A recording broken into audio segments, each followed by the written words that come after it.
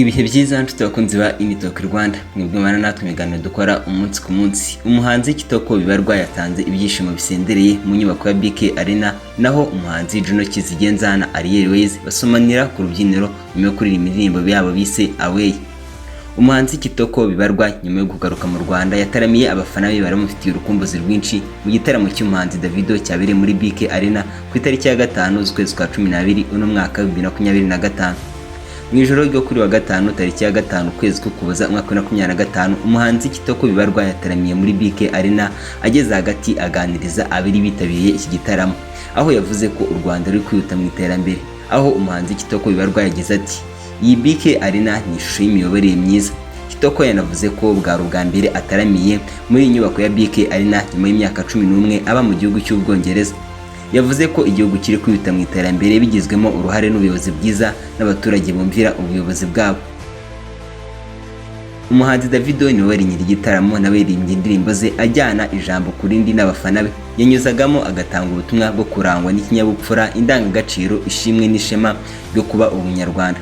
Ni mu gihe mu bandi baririmbye muri iki gitaramo cy'umuhanzi Davido harimo umuhanzi Juno na Ariel Wayz. Gusa ababo bakaba basomanye bari ku rubyiniro nyuma yo kurimba indirimbo yabo bakoze mu mwaka wa 2021 bari bise Away. Nyuma yo gusomana abafana byabarenze barasakuza cyane.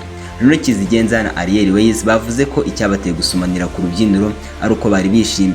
Nyuma yo gusomanira ku rubyiniro, Juno aganira n'abanyamakuru yavuze ko yabitewe nuko yari yishimye, aho yagize ati nuko twari twishimye.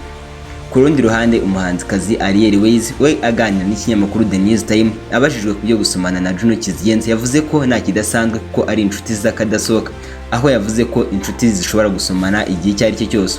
Ubundi ibyo gusomana byatangiye ubwo umuhanzi Juno yari ari ku rubyiniro, ubundi atera indirimbo Away yakoranye n'uyu muhanzikazi Ariel Wayz, maze uyu mukobwa wari umaze gutaramira abakunzi be yongera gusubira ku rubyiniro gutyo, ubundi bafatanya gususurutsa abanyarwanda bari bitabiriye iki gitaramo cyaberaga muri BK Arena.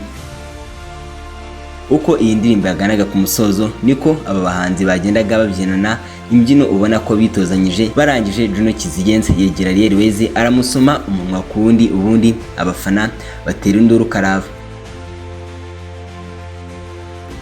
Iki gitaramo cyaberaga muri BK Arena ni cy'umuhanzi Davido, aho yari ari kumurika album ye mu bitaramo by'ururekane bizagenda bizenguruka isi. Ngaye nguko ibihe byiza nibyo twifuriza. Kora subscribe niba rugambye ugeze kuri Talk Rwanda, ubundi ujyana natwe imigano dukora umunsi ku munsi.